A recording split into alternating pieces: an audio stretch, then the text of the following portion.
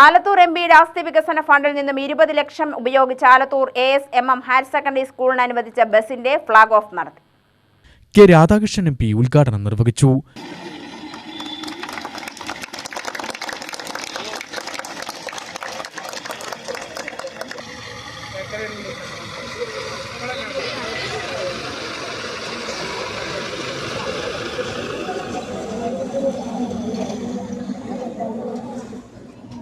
പക്ഷെ നമുക്ക് ഈ സ്കൂളിന്റെ വികസനത്തിന് വേണ്ടി PTA കമ്മിറ്റി അതുപോലെ നമ്മുടെ ജനപ്രതിനിധികളും നമ്മുടെ MLA അതുപോലെ ഇടപെടുന്നുണ്ട്, മറ്റു ജനപ്രതിനിധികൾ ഇടപെടുന്നുണ്ട്. അതോടൊപ്പം തന്നെ ജനപ്രതിനിധി നിലയിൽ ഉണ്ടാക്കി കഴിയുന്ന എല്ലാ തരത്തിലുള്ള സ്വകാര്യ സഹകരണം നിങ്ങൾക്കുണ്ടാകും എന്ന് ഈ സന്ദർഭത്തിൽ പറഞ്ഞു. ആദ്യഘട്ടത്തിൽ നിങ്ങളെ ഇവിടെ വന്നു കഴിഞ്ഞിട്ടുള്ള സ്കൂൾ ബസ് പറഞ്ഞു. ബസ് പറയാനായിട്ടില്ല, ബസ്സിന്റെ റോഡ് അന്ന് കണ്ടപ്പോഴാണ് ബസ്സല്ല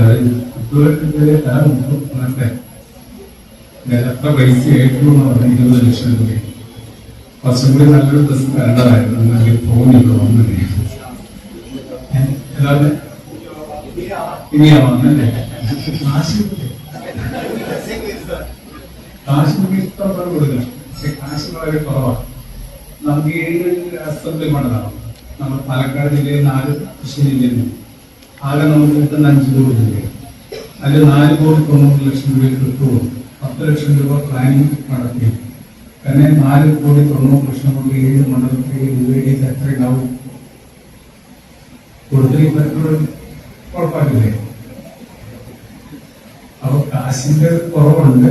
പക്ഷെ ആ പരിധിയിൽ ഉള്ളിൽ നിന്നുകൊണ്ട് നമുക്ക് എന്തെല്ലാം ചെയ്യാൻ കഴിയുമെന്നുള്ള പ്രതീക്ഷയാണ്. 20 ലക്ഷമെങ്കിൽ 20 ലക്ഷം. PTA president P. പ്രദോഷ് അധ്യക്ഷനായി.